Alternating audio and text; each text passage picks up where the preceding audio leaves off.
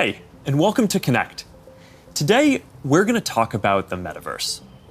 I want to share what we imagine is possible, the experiences you'll have, the creative economy we'll all build, and the technology that needs to be invented, as well as how we're going to all do this together. The basic story of technology in our lifetimes is how it's given us the power to express ourselves and experience the world with ever greater richness. Back when I started Facebook, that mostly meant text that we typed on computers. Then we all got phones with cameras, and the internet became much more visual. And recently, as connections got faster, video has become the main way that we experience content. We've gone from desktop to web to phones, from text to photos to video, but this isn't the end of the line. The next platform and medium will be even more immersive, an embodied internet where you're in the experience, not just looking at it. And we call this the Metaverse. And you're going to be able to do almost anything you can imagine. Get together with friends and family, work, learn, play, shop, create, as well as entirely new categories that don't really fit how we think about computers or phones today. Now, since we're doing this remotely today, I figured let's make this special. So we've put together something that I think is really going to give you a feeling for what this future could be like. We believe the Metaverse will be the successor to the mobile internet. We'll be able to feel present, like we're right there with people, no matter how far apart we actually are. We'll be able to express ourselves in new, joyful, completely immersive ways, and that's going to unlock a lot of amazing new experiences. When I send my parents a video of my kids, they're going to feel like they're right in the moment with us, not peering through a little window. When you play a game with your friends, you'll feel like you're right there together in a different world, not just on your computer by yourself. And when you're in a meeting in the Metaverse, it'll feel like you're right in the room together, making eye contact, having a shared sense of space, and not just looking at a grid of faces on a screen. That's what we mean by an embodied internet. Instead of looking at a screen, you're going to be in these experiences. Everything we do online today, connecting socially, entertainment, games, work, is going to be more natural and vivid. This isn't about spending more time on screens. It's about making the time that we already spend better. Screens just can't convey the full range of human expression and connection. They can't deliver that deep feeling of presence. But the next version of the internet can. That's what we should be working towards. Technology that's built around people and how we actually experience the world and interact with each other. That's what the Metaverse is all about. Now, the best way to understand the Metaverse is to experience it yourself, but it's a little tough because it doesn't fully exist yet. Some of the basic building blocks are here though, and others are starting to emerge as we speak. We're starting to get a sense of how it could all come together and what it could feel like. So today we're going to do something a little bit different. Rather than just focusing on this year's products like a normal keynote, we're going to talk about the future. So let's start by exploring what different kinds of Metaverse experiences could feel like, starting with the most important experience of all, connecting with people.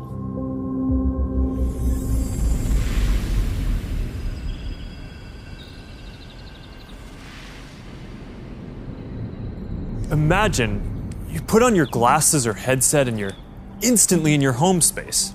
It has parts of your physical home recreated virtually, it has things that are only possible virtually, and it has an incredibly inspiring view of whatever you find most beautiful. Hey, are you coming? Yeah, just gotta find something to wear.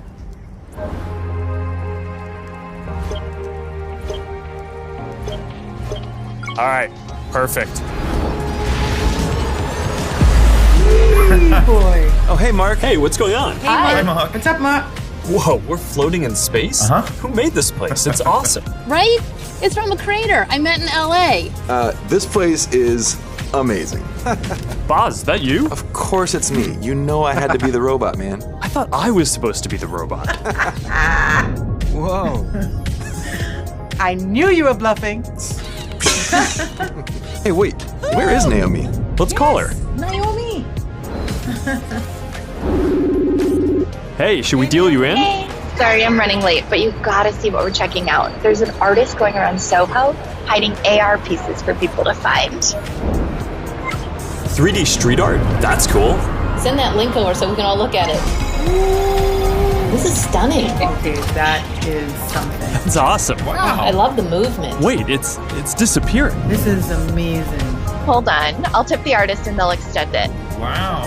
Brilliant. If you guys like it here, I have another room that you're gonna love. Check out this forest room. Huh, let's see it. Koi fish that fly? That's new. This is wild. Hey, one sec, Boz, it's Priscilla.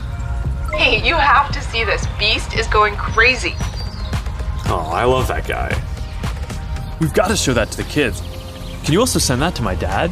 I'll message him. All right, see you at home. This place is great, Boz, but there's something I got to get back to. All right, so that's a glimpse of a few ways that we're going to be able to get together and socialize in the metaverse. It's a ways off, but you can start to see some of the fundamental building blocks take shape. First, the feeling of presence. This is the defining quality of the metaverse. You're going to really feel like you're there with other people. You'll see their facial expressions, you'll see their body language, maybe figure out if they're actually holding a winning hand. All the subtle ways that we communicate that today's technology can't quite deliver. Next, there are avatars, and that's how we're going to represent ourselves in the metaverse. Avatars will be as common as profile pictures today, but instead of a static image, they're going to be living 3D representations of you.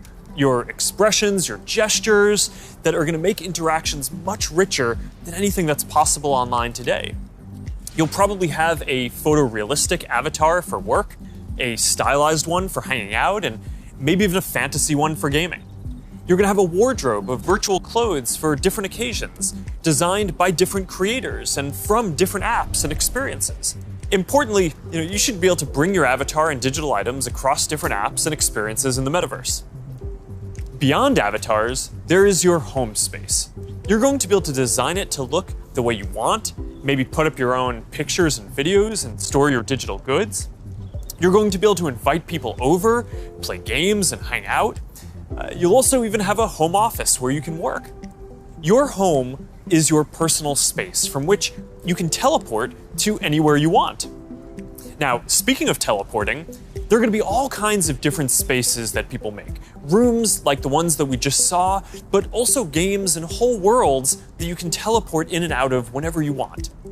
Teleporting around the metaverse is going to be like clicking a link on the internet. It's an open standard. In order to unlock the potential of the metaverse, there needs to be interoperability.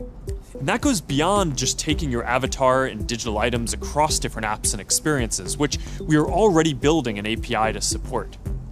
You want to know that when you buy something or create something, that your items will be useful in a lot of contexts and you're not going to be locked into one world or platform.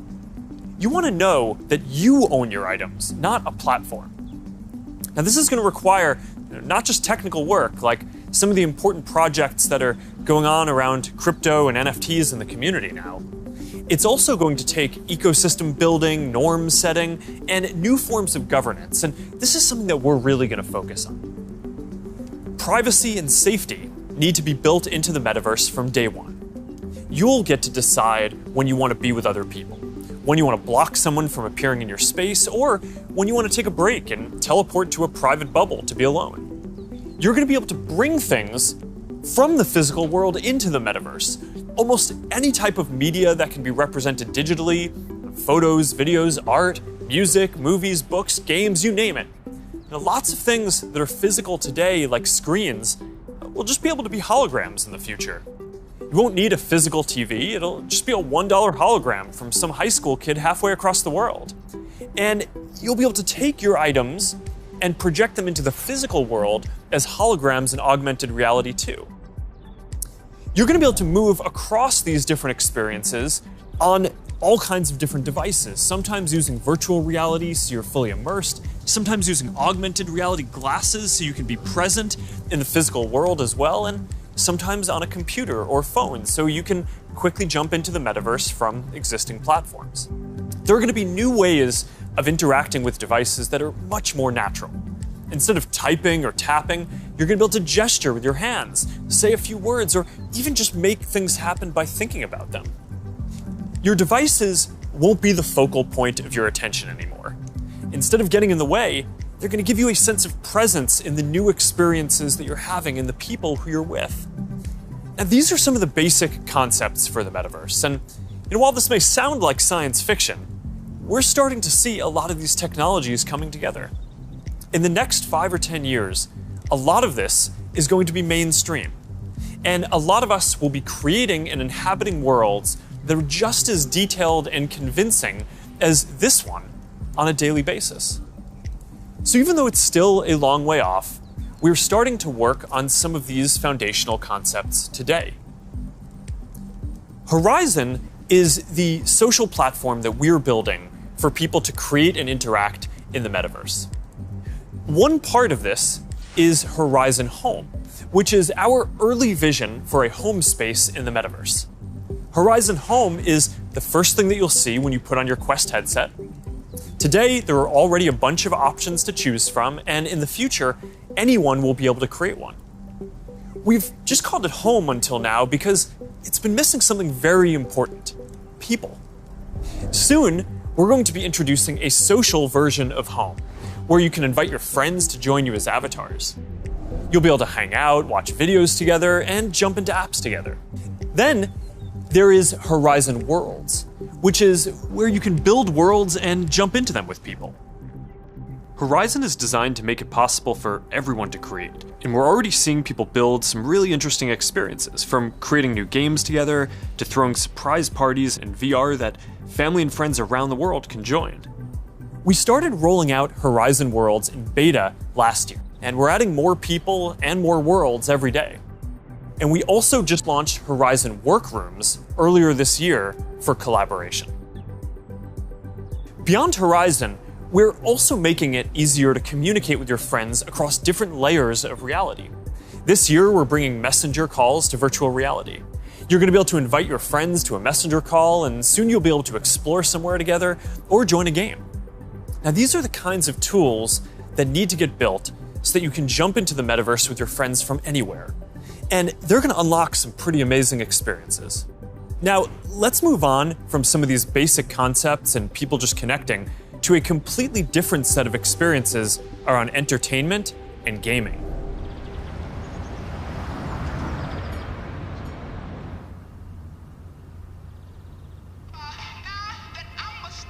Imagine your best friend is at a concert somewhere across the world. What if you could be there with her? I'm packing all my sneakers. I never had a club. Yo. You're here. Tell it like it is. Tell what you love, how you live. When you're doing what you're doing, just tell the truth. Just tell it. Just tell it. Just tell it. Just tell it. I'm talking to you.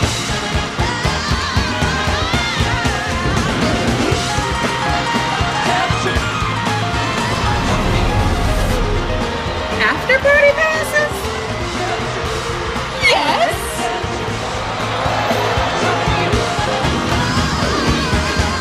I want you to tell it like it is. Love how you live. When you're doing what you do, just tell the truth.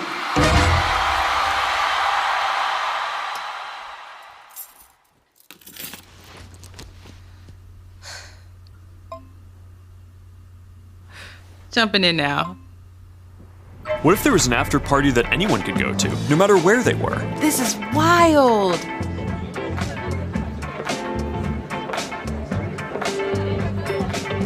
Hey, check this out. Charity auction happening. Oh, there's swag.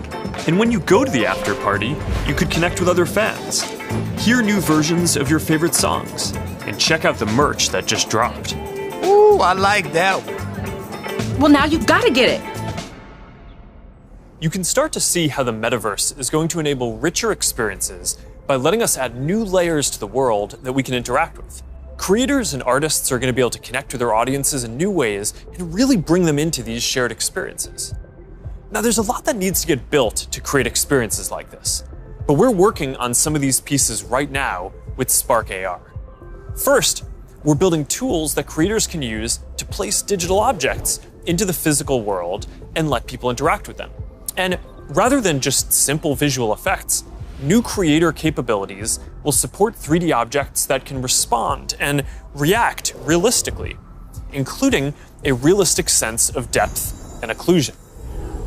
In the next year, we're also adding the ability for creators to connect different physical locations into cohesive augmented reality storytelling experiences, like guided tours or scavenger hunts. We're also building a Horizon marketplace, where creators can sell and share 3D digital items. And our hope is that this will enable a lot more commerce and help grow the overall metaverse economy. Because at the end of the day, it is really the creators and developers who are going to build the metaverse and make this real. And to make sure that there's an ecosystem that can sustain hundreds of thousands of people working on this, which is what we're going to need to bring this to life, then it's critical that creators and developers can make a good living doing this work. Now, if you ask people today what they thought the metaverse was, a lot of people would probably say it was a Spider-Man movie. But the people who actually follow the space would say it's about gaming. And that's because gaming provides many of the most immersive experiences, and it is the biggest entertainment industry by far. Gaming in the metaverse is going to span from immersive experiences in fantasy worlds to bringing simple games into our everyday lives through holograms. Maybe you'll play old games in new ways. So, Barcelona, huh? Well, it's not New York, but I like it. New York misses you. What's that? I said, let me put my game face on so I can beat you. Okay. Check. I gotta try another game face next time. Maybe you'll go head-to-head with players from around the world. Like a shot. Some call it skill. Keep talking. Or maybe you'll do things that aren't even possible in gaming today.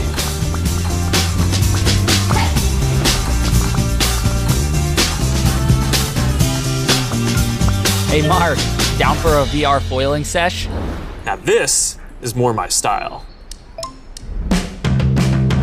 Classic look. All right, nice. Oh, nice choice, Mark. Ready to shred. All right, here we go. Whoa. Whoa, hang in there, Mark. That's not good. Hit this section, boom. All right, backflip. Yoo-hoo! I've got an idea. Hey, where are you going? Gotta pump it to jump it. What? I didn't even know that was an option. You're not gonna catch me now. Take that, unicorn.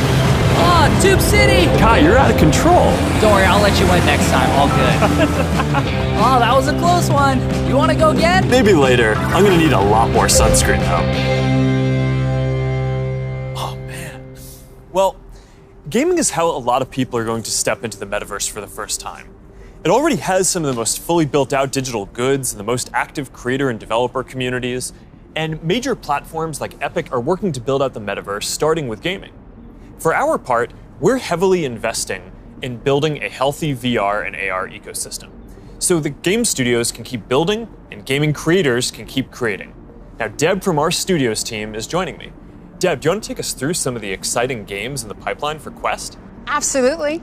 Over the years, we've had the opportunity to work with incredible developers like Vertigo Games, the studio behind fan favorite Arizona Sunshine. I love Arizona Sunshine. That game basically got me and my friends through the first few months of the pandemic. That's awesome. If you enjoyed that, Mark, I think you'll be excited that we're partnering with Vertigo on 5 more great games from Deep Silver and others. We'll share more about this lineup very soon. Nice. What else is coming? Well, the metaverse is constantly evolving. So one of the most important aspects will be live service games that launch updates and new downloadable content regularly, like Echo VR, Beat Saber, Onward, Pistol Whip, and more. We're focused on this a lot right now, making sure games can build out active communities. Beat Saber has a passionate community. Oh, I love Beat Saber. So do I. And Beat Saber just passed $100 million in lifetime revenue on Quest alone. It's a great example of a game that keeps releasing fresh content. They've actually been working on evolving the way that you interact with the tracks and feel the music. Also, the team has been working on something really cool. Check this out.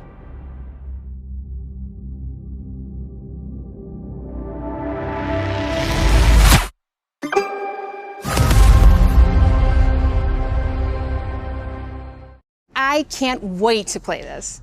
And they keep partnering with incredible artists to release new music packs all the time.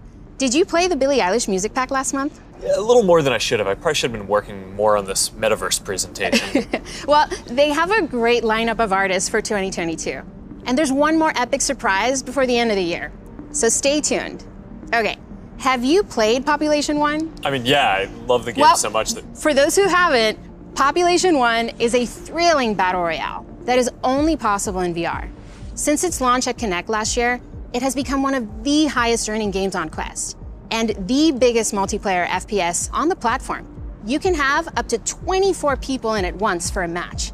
We're super excited to keep launching big updates, like an all-new autumn event later in November and a Winter Wonderland update in December.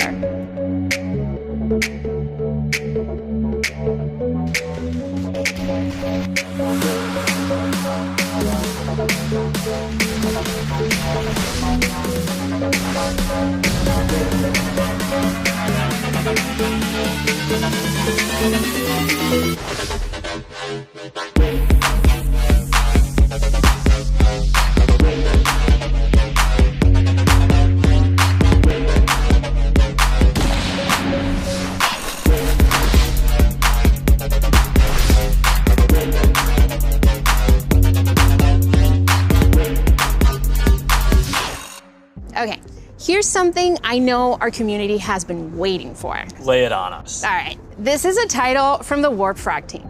This is the team that set the standard for VR combat physics when it launched on Rift in 2019. That's right, Blade and Sorcery Nomad, the built for VR medieval fantasy sandbox that pairs magic with melee, is launching on Quest later this year.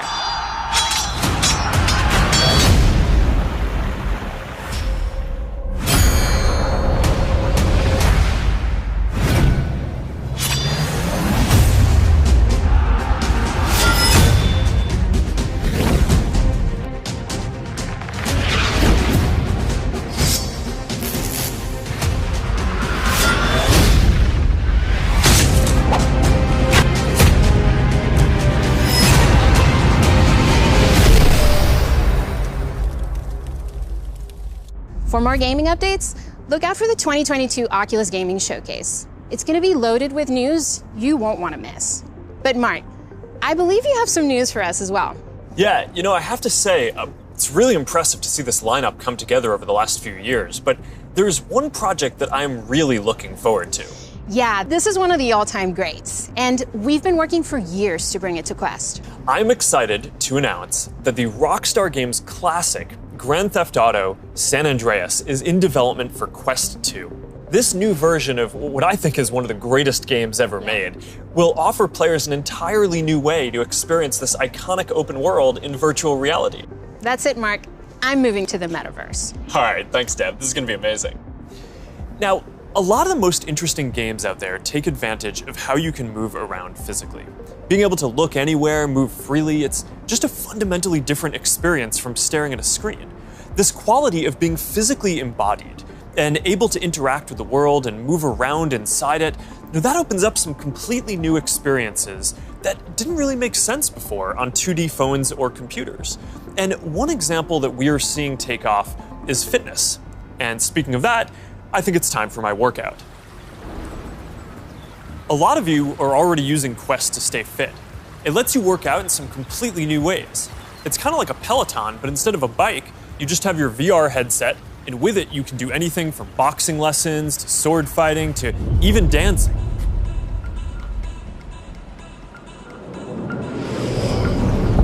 You'll be able to work out in new worlds, even against an AI.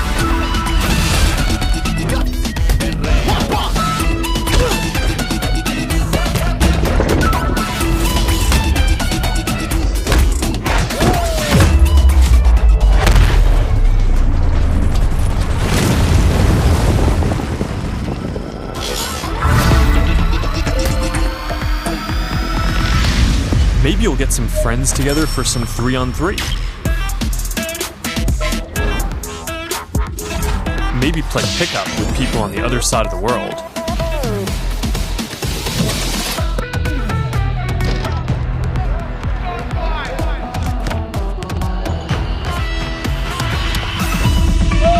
Or imagine your Facebook cycling group does an AR charity ride.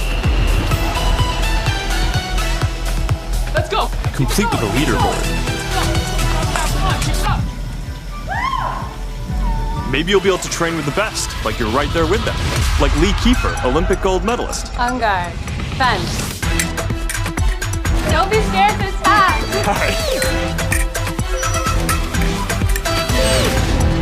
You seem like a natural. Whoa. All right, that's a little too realistic. See you later, Lee. That was fun. Good job, Mark. And that's what fitness will be like in the metaverse.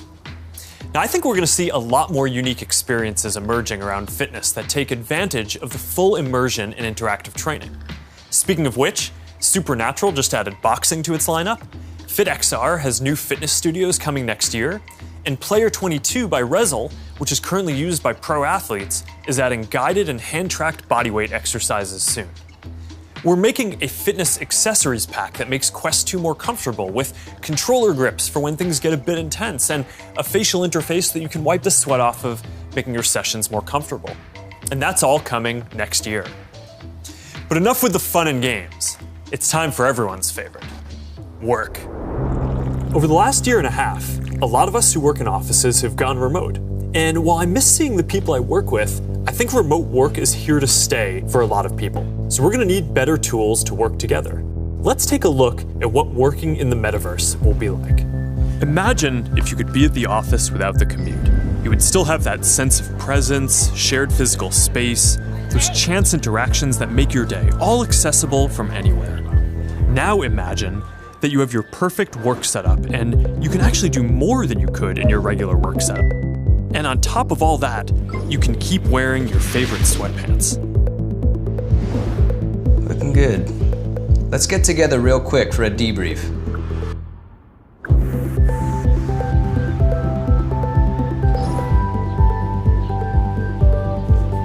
I'm free now. Let's jump in. Hi. Hey. So what do we think?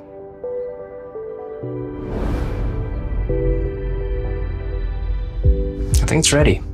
Great. I'll prep it for the presentation. All right. Good luck. Imagine a space where you can tune out distractions and focus on the task at hand. And when you're ready to share what you've been working on, you can present it as if you're right there with the team.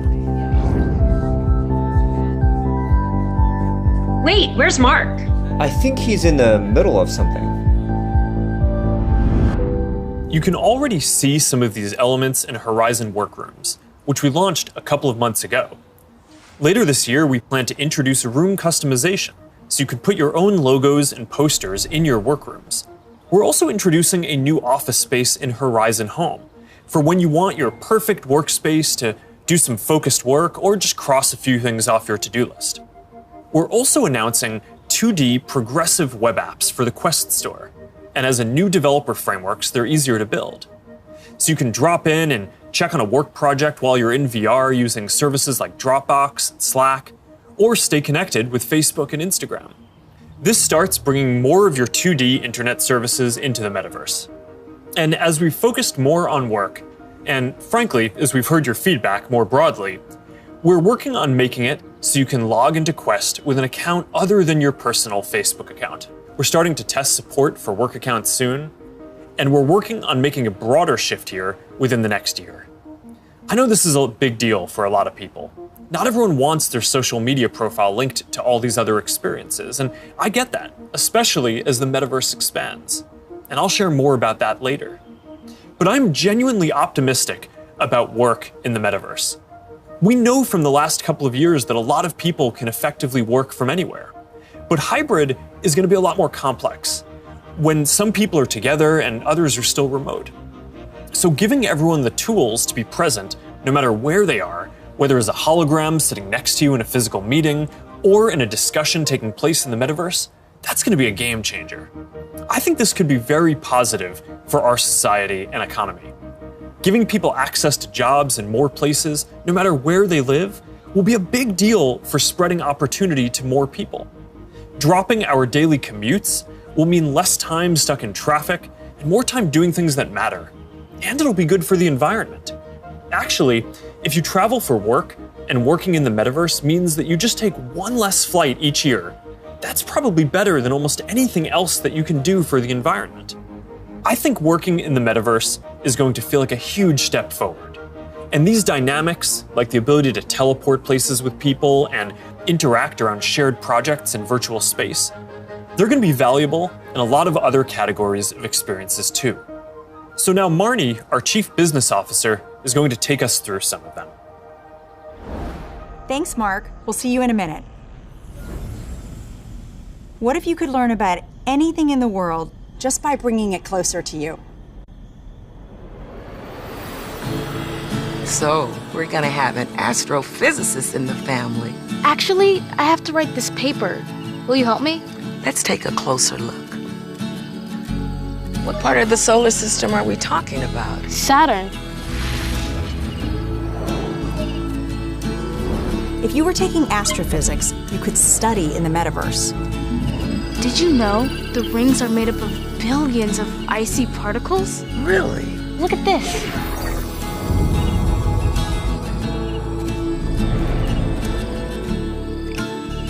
You ready to do that paper now, right? Yeah.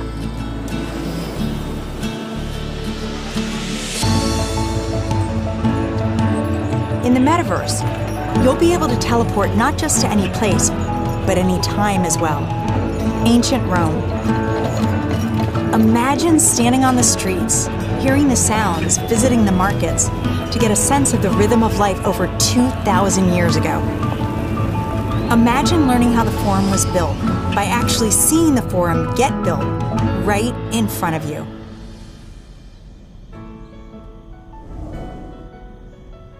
Hi, everyone.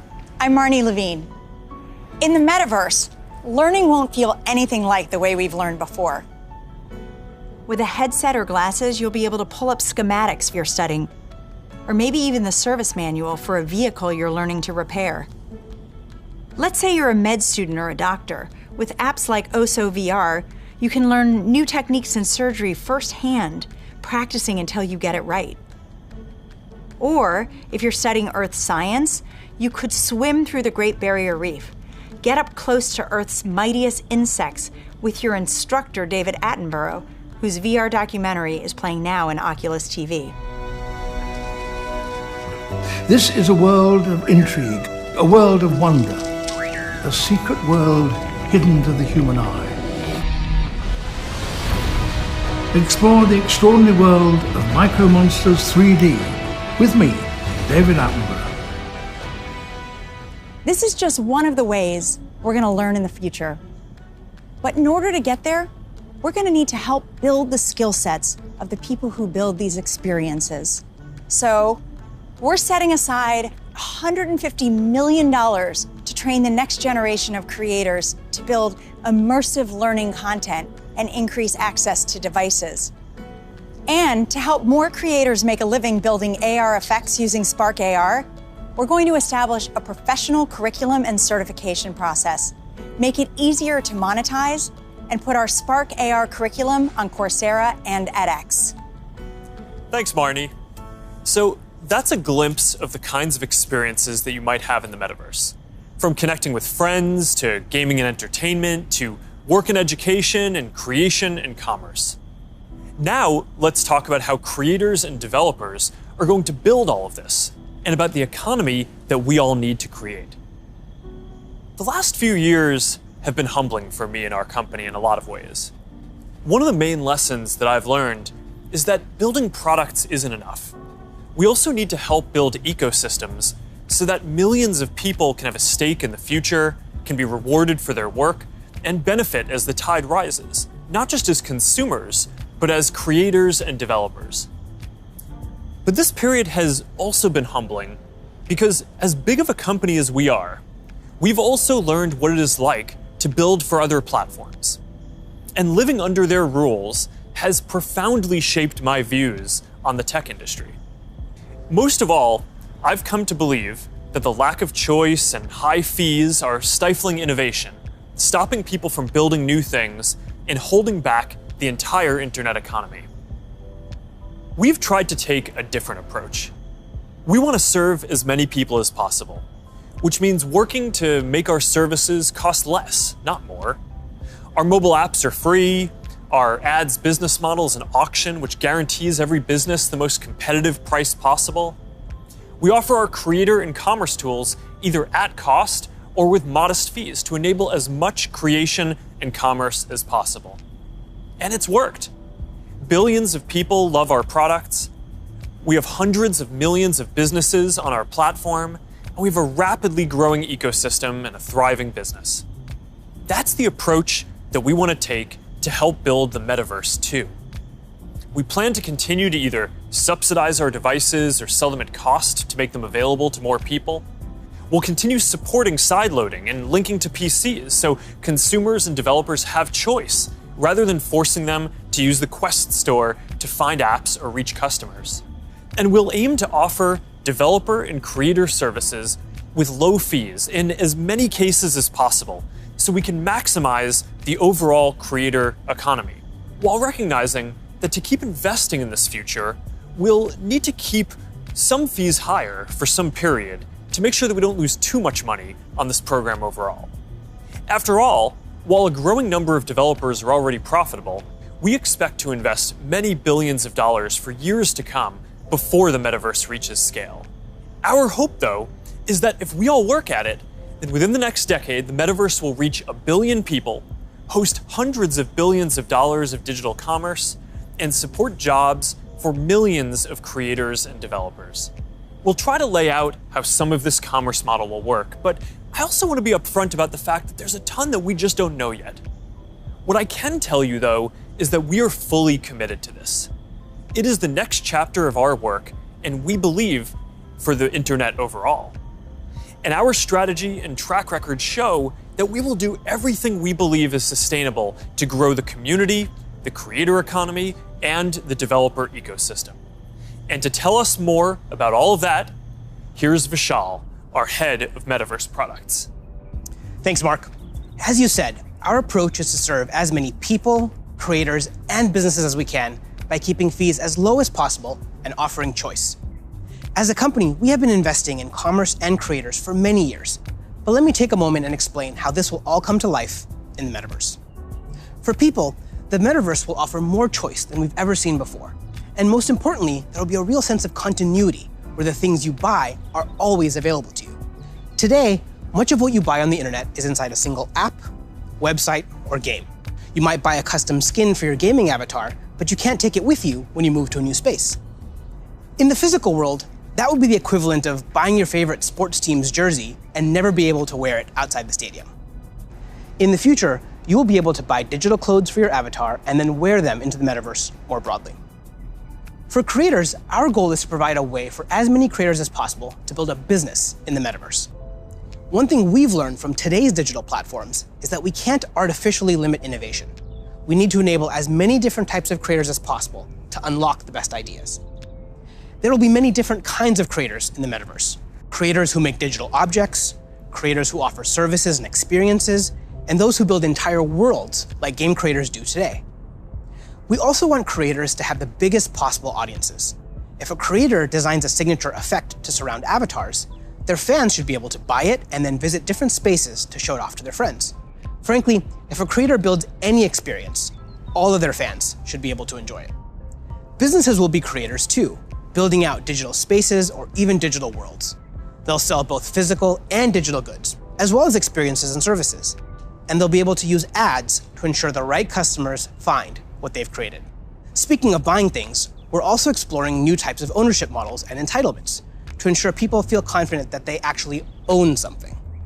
This will make it easier for people to sell limited edition digital objects like NFTs, display them in their digital spaces, and even resell them to the next person securely. In short, the metaverse will remove many of the physical constraints we see on commerce today and make entirely new businesses possible. While this is very exciting, the metaverse is all about co-creating. We're building this together with creators, developers, and entrepreneurs. So today, I've asked Jackie Aina to join me to start a conversation about what might be possible. Jackie is a beauty creator who launched her own lifestyle brand on Instagram called Forever Mood, where she sells candles with scents like cuffing season and partners with major brands on makeup drops. So let's meet Jackie in her space. Here we are in this digital space, totally inspired by you and all the things that you love. Jackie, I've been such a big fan of yours for such a long time. Tell me a bit about how you got started in social media. So, rewind back to 2009. As it pertains to like beauty, I would go to like a makeup counter or go makeup shopping, and I always felt rejected, always felt othered. So I got so frustrated that eventually I was like, you know what? Not only am I gonna like not listen to them, but I'm gonna show other people how I'm making it work with my skin tone too. How did you go from creating content, creating videos, to a product? You just, have a brand called Forever Mood. It's huge on Instagram shopping. So Forever Mood was not only a bit of a love letter to me and my relationship with my mom. That's how we bond, was through fragrance ever since childhood. But it's been doing amazing, and we've actually been getting a lot of support. Jackie, this space is pretty magical, and I know it kind of reflects the stuff you love. Like, tell me a bit about what you love and why this represents you. Okay. So first thing, color is everything. I love pastels. You can see it in the brand. You can see it like a lot of times in what I wear. With the Metaverse, when we're curating collections or even just brainstorming, this would be a great way to like gather us all together and literally kind of create atmospheres and environments and moods to just kind of enhance creativity. And then if I can invite people, it would be like inviting them in my home. You know what I mean? It'd be like bringing them into a piece of me. So I would want them to feel some of the things that I feel when I step into my house or when I light my candles.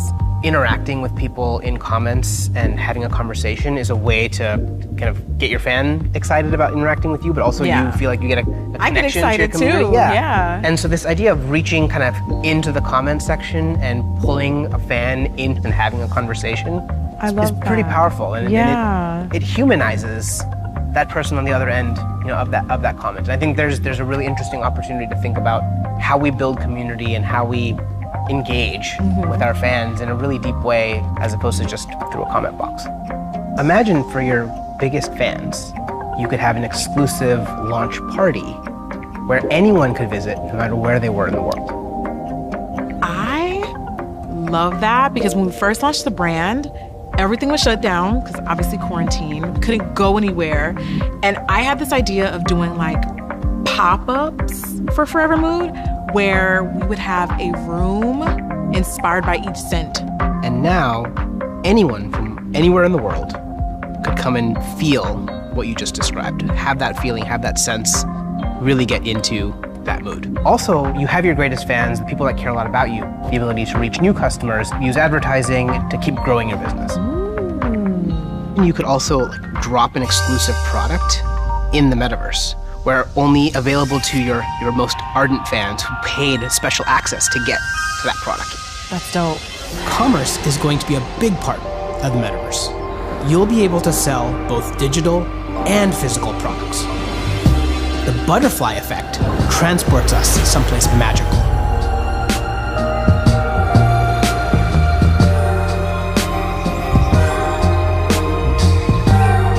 So beautiful. So Jackie, as we walk through this amazing world, what does the Metaverse mean to you? I just feel like this is like endless possibilities with my imagination. I can't even begin to imagine how meaningful the Metaverse will be thanks to creators like you.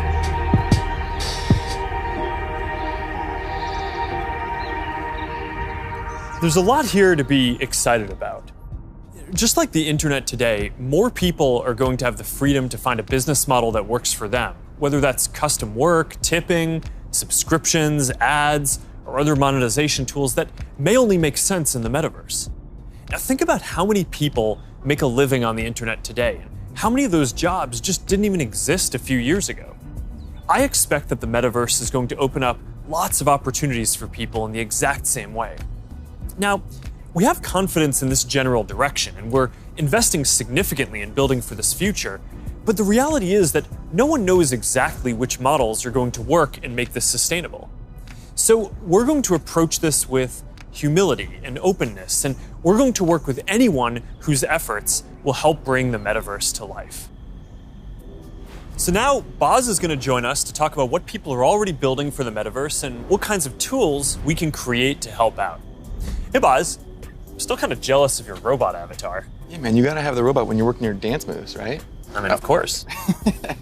Look, Mark, we've been working on Facebook Reality Labs for a long time, but we always kept the same vision, which is that we want to build tools that help people feel connected anytime, anywhere.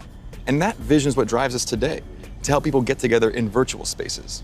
We've come a long way since the early days of VR, thanks to the developers and the creators who see the potential to entertain and to educate. But of course, we still have a lot farther to go. So to keep the pace of innovation moving faster and empower more use cases, we do have a few exciting announcements. Today, we're introducing the Presence platform, which is a broad range of machine perception and AI capabilities that empower developers to build mixed reality experiences on Quest 2. You want to tell us more about the Presence platform? Yeah, we've said before that realistic presence is the key to feeling connected in the metaverse.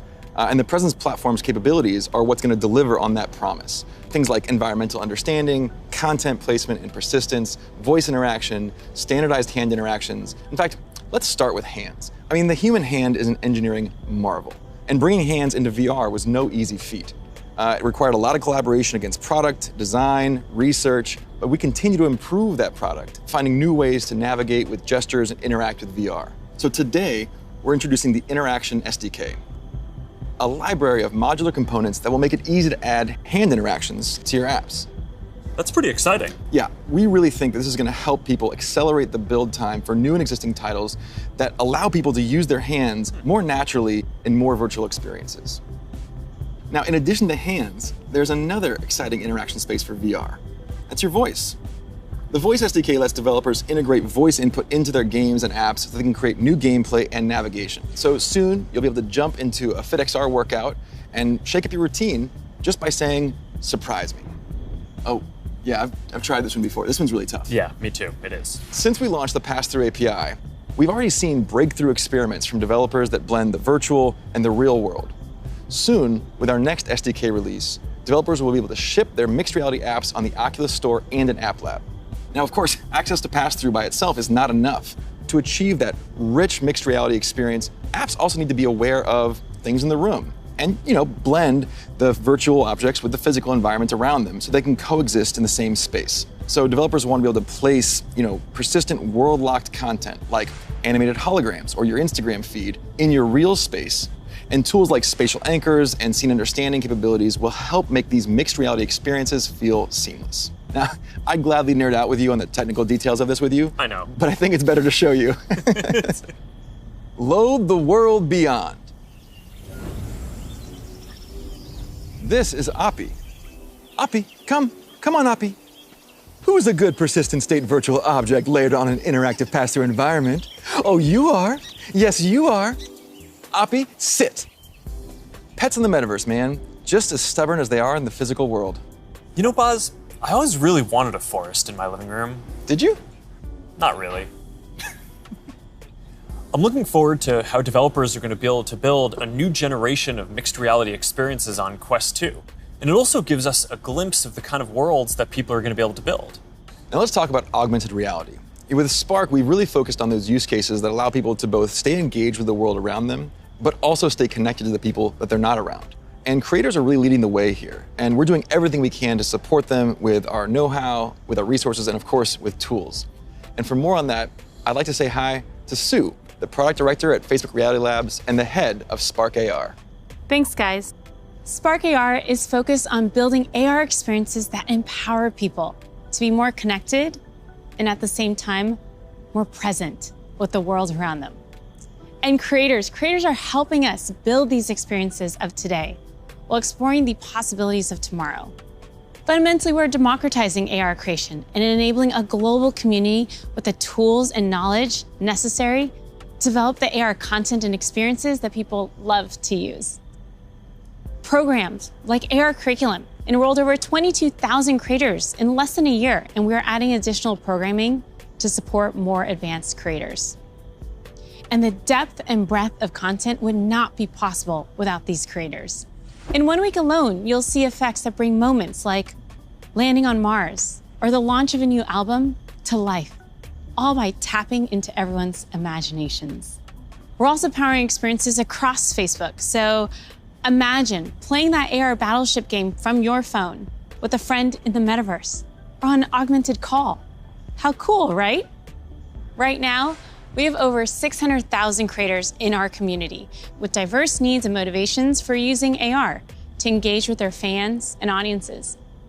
We know people, more than 700 million monthly across the Facebook family of apps, are already using AR a ton. We see over 80 billion effects applied per month, and we want to make it even easier for anyone to find their spark. So we created a tool, codenamed Polar, that makes AR creation possible for novice creators who have no prior experience in art, 2D or 3D design, or programming. Think paint by numbers. So creators whose first love might be photography, video, or dance can enhance their content for their own special effects. And that's an important piece of this vision and this community. It's open to anyone and everyone who's curious.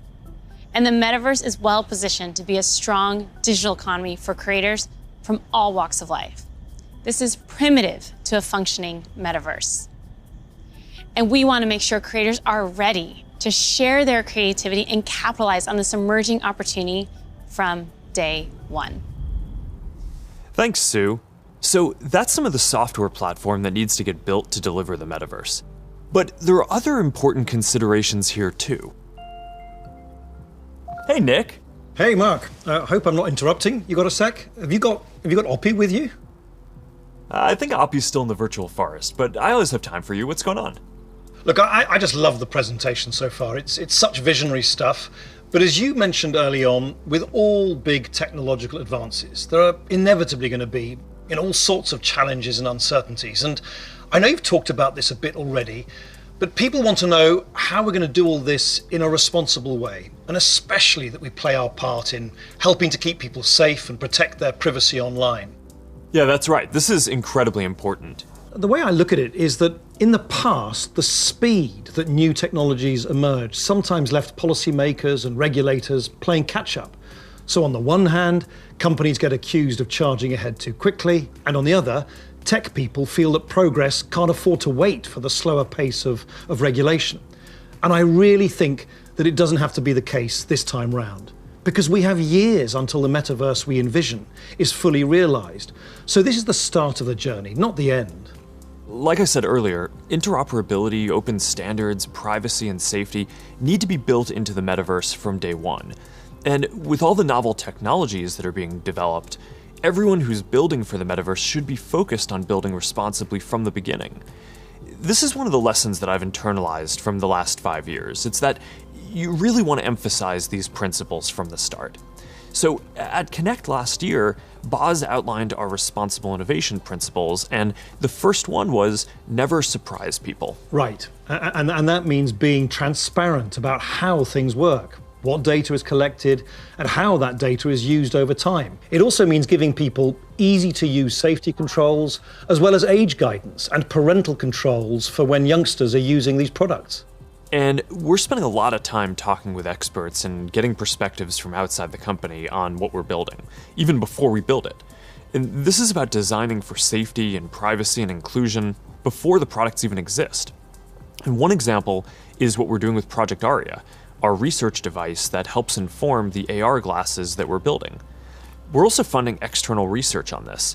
You know, last year we announced grants for research on the impact of AR, VR, and smart devices on people who aren't currently using them, especially communities whose perspectives have often been overlooked, as well as best practices for creating inclusive environments in virtual spaces. And this year, we're opening up support for even more research because we need those independent perspectives to make sure that we're living up to another one of our principles, consider everyone. And that point is so important because this is a collaborative exercise. And in particular, we need to make sure the human rights and civil rights communities are involved. So these technologies are built in a way that's inclusive and empowering. One of the advantages of starting right now is that we can collaborate with people at the very early stages of development, like what we're doing through the new fund that you announced a few weeks ago. Yeah, the XR Programs and Research Fund. It's a 2-year, $50 million investment in programs and external research with organizations all over the world, like Howard University, Women in Immersive Tech, Africa No Filter, and universities in Seoul, Hong Kong, and Singapore. And this is crucial because, as we've said, The metaverse isn't something we're building so much as it's something we're building for. Across the industry, we need to bring that same imagination and commitment to building for interoperability, openness, safety, and privacy as we do for all the other product aspects of the metaverse. These have to be fundamental building blocks, just like the other software and experiences that we've been talking about. Right. All right, thanks, Nick. So, one thing that we haven't talked about much yet is the future of hardware that will help bring the metaverse to life. We're working on multiple new products to advance the state of the art, unlock richer social interactions, and make it a lot easier to be productive. That must be Angela, our head of VR devices. Hey, Angela. Hey, Mark. Is that what I think it is? I sure hope it is. All right, come on in. So, what do you think is the most exciting thing that we're working on right now? That's hard to say. You know, we have such an exciting pipeline. But next year, we are releasing a new product that will push the boundaries of VR even further. We've codenamed it Project Cambria. So, this isn't the next Quest. It's going to be compatible with Quest, but Cambria will be a completely new, advanced, and high-end product, and it'll be at the higher end of the price spectrum too. Our plan here is to keep building out this product line to release our most advanced technology before we can hit the price points that we target with Quest. All right, so let's talk about some of the new advances here. Yeah, sure. There's a ton of new tech going into Cambria. For example, your avatar will be able to make natural eye contact and reflect your facial expressions in real time. This way, people you're interacting with will have a real sense of how you're actually feeling. It does mean building more sensors into a form factor that's comfortable to wear for a while. And because we want VR to be for everyone, we also have to make sure avatars represent a diverse set of human facial features and skin tones, as well as paying attention to things like glasses and beards that might get in the way of some of the sensors. So that's going to be a big step forward for social presence, and I'm really glad that we're focused on making it inclusive from the start. Now, what about unlocking more mixed reality experiences? I mean, imagine working at your virtual desk with multiple screens while seeing your real desk so clearly that you can pick up a pen and write notes without taking your headset off. Or, you're doing a workout with a virtual instructor in your living room. It's going to be so cool. We're already seeing the potentials of these kinds of experiences today as people are building for our pass-through API. But with Cambria, we'll be taking this to the next level with high-resolution, colored, mixed reality pass-through. We essentially combine an array of sensors with reconstruction algorithms to represent your physical world in the headset with a sense of depth and perspective. Now, we're still a ways away from exactly matching what our eyes see in the physical world, but we're pretty encouraged by how far we've been able to advance the pass-through experience so far. Definitely, but we also need to push the visuals to the next level. So let's talk about the progress that we're making on optics. Yeah, we're pushing the limits of display technology and form factor with something called pancake optics. They essentially work by folding light several times over to achieve a slimmer profile than current lenses. Now, with several optical layers, we'll need to precisely control every aspect of design and fabrication to achieve that high-quality, artifact-free display and really just deliver the best optics ever in one of our headsets. That's pretty awesome. But let's make sure that we leave some of the good stuff for next year's release, too. All right, now, I'm excited to keep building out this new product line over future generations so we can keep getting our most advanced technology into people's hands even before we can get it into our Quest product line. That's our goal. We're starting to work with developers to build experiences for Cambria as we speak, and we're looking forward to sharing so much more with y'all next year. Sounds good. Now, beyond virtual reality, we are also focused on the hardware to make true augmented reality possible. In a lot of ways, augmented reality is even harder, not just because we need to invent a completely new optical stack that's not based on screens, but because we basically need to fit a supercomputer into a pair of normal-looking glasses. So we're approaching this problem from two directions. First, how much technology can we pack into a pair of normal, great-looking glasses today? And second, how do we take the long-term tech stack to do everything and keep miniaturizing and improving it until it fits into a pair of normal, good-looking glasses? On the first path, last month we launched Ray-Ban Stories, our first smart glasses in partnership with Essilor Luxottica. They're not full AR glasses yet, but they let you take pictures and videos, listen to music, and take phone calls while you're out looking at the world instead of down at your phone. And we built leading privacy features into the glasses, like the LED light whenever you're recording, which phones don't even have. And we delivered this in the iconic Ray-Ban style for just $299. These are all steps along the path to an embodied internet. But the ultimate goal here is true augmented reality glasses, and we've been working on that too. And today, I want to show you an experience that we've been working on for Project Nazare, which is the codename for our first full augmented reality glasses. Here, you'll see you're chatting with friends on WhatsApp and planning a game night.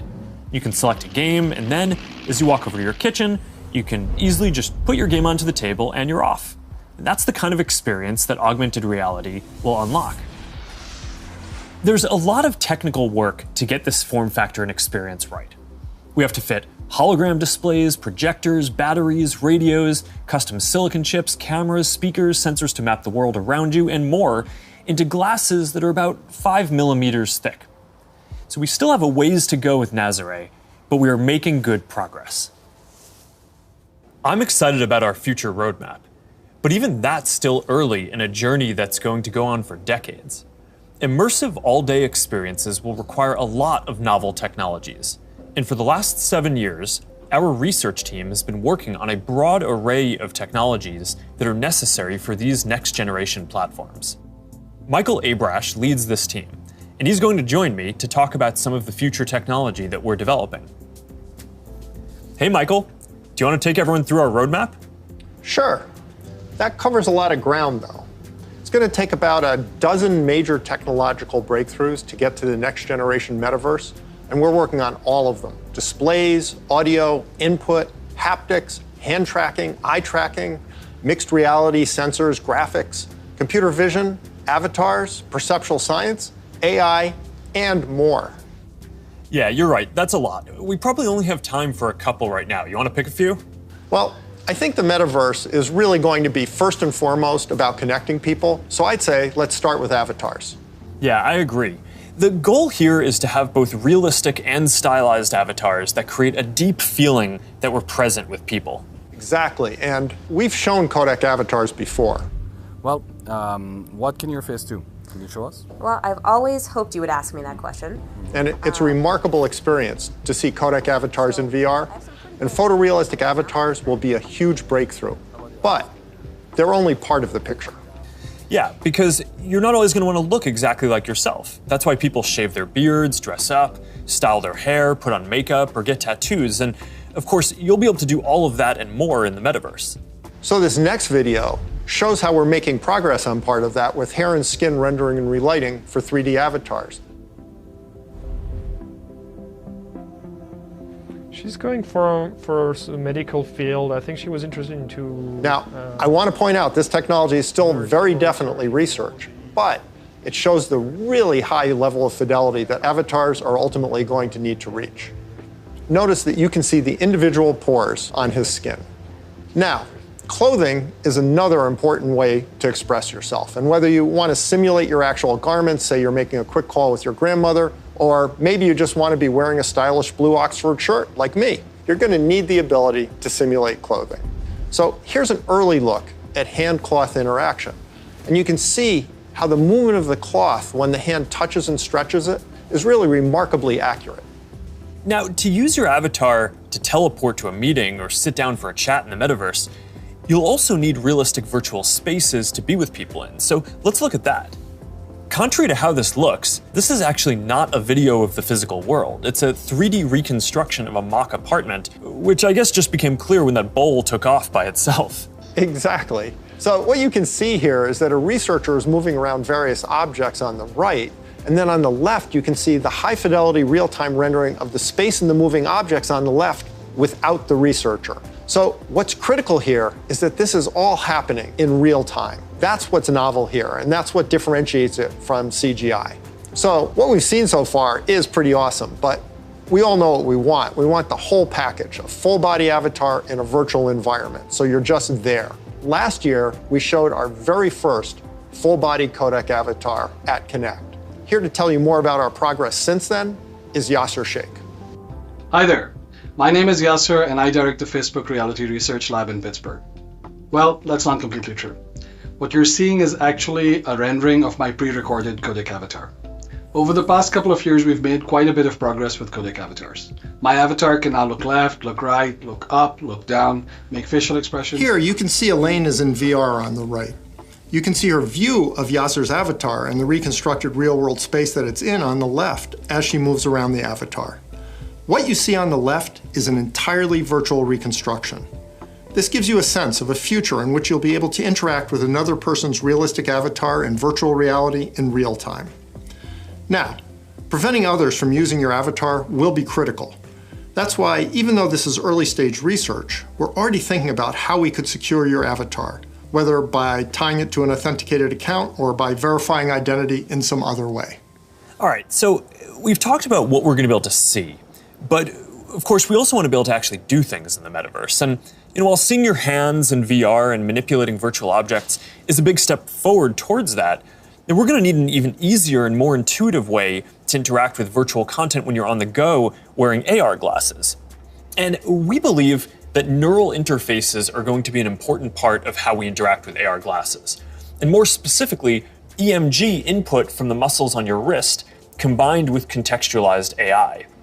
It turns out that we all have unused neuromotor pathways, and with simple and perhaps even imperceptible gestures, sensors will one day be able to translate those neuromotor signals into digital commands that enable you to control your devices.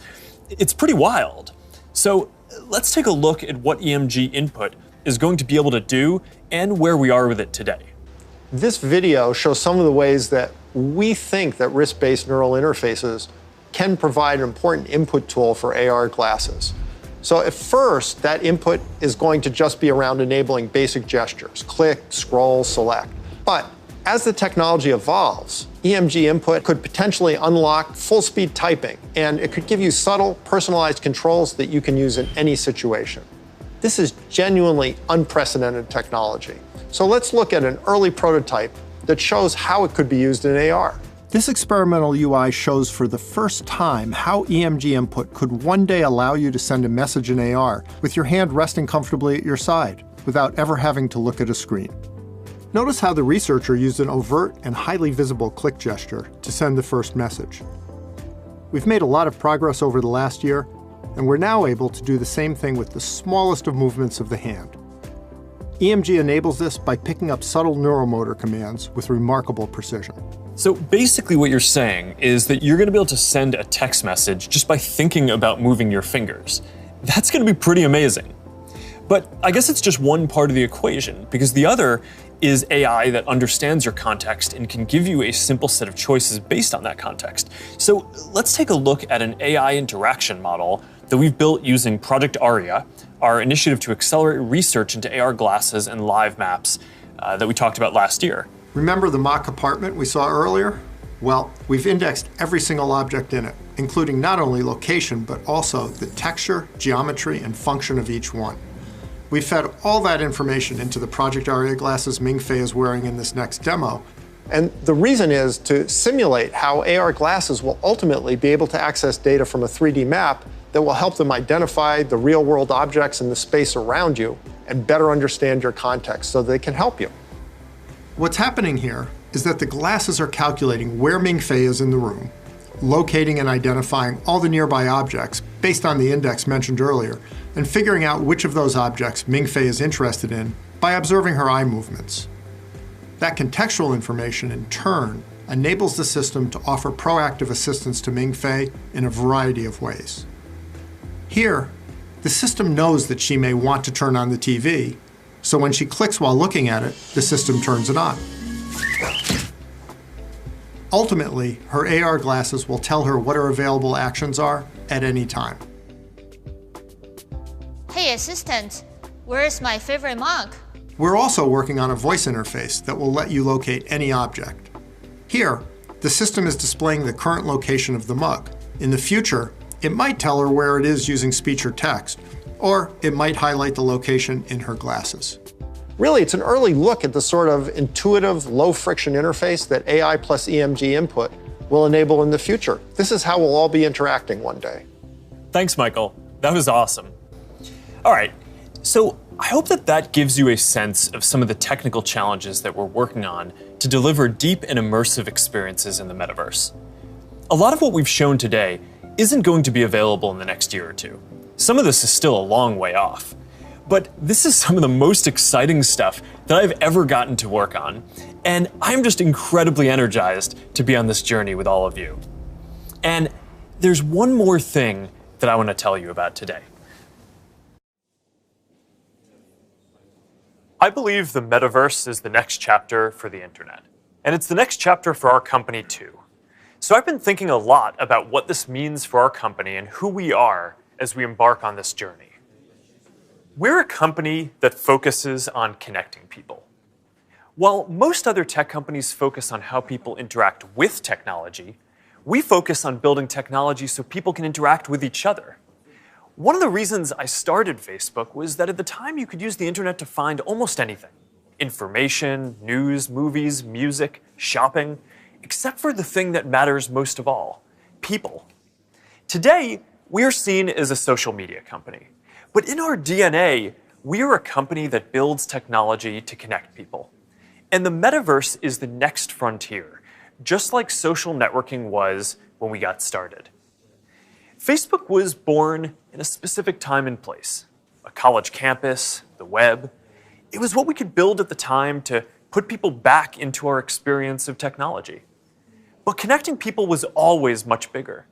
From way earlier on, I remember sitting in middle school classes, sketching in my notebooks, ideas that I wanted to code when I got home. And even though I didn't have the skill or technology to build it yet, it was always clear that the dream was to feel present with the people we care about. Isn't that the ultimate promise of technology? To be together with anyone, to be able to teleport anywhere, and to create and experience anything? Yet here we are in 2021, and our devices are still designed around apps, not people. The experiences we're allowed to build and use are more tightly controlled than ever. And high taxes on creative new ideas are stifling. This is not the way that we are meant to use technology.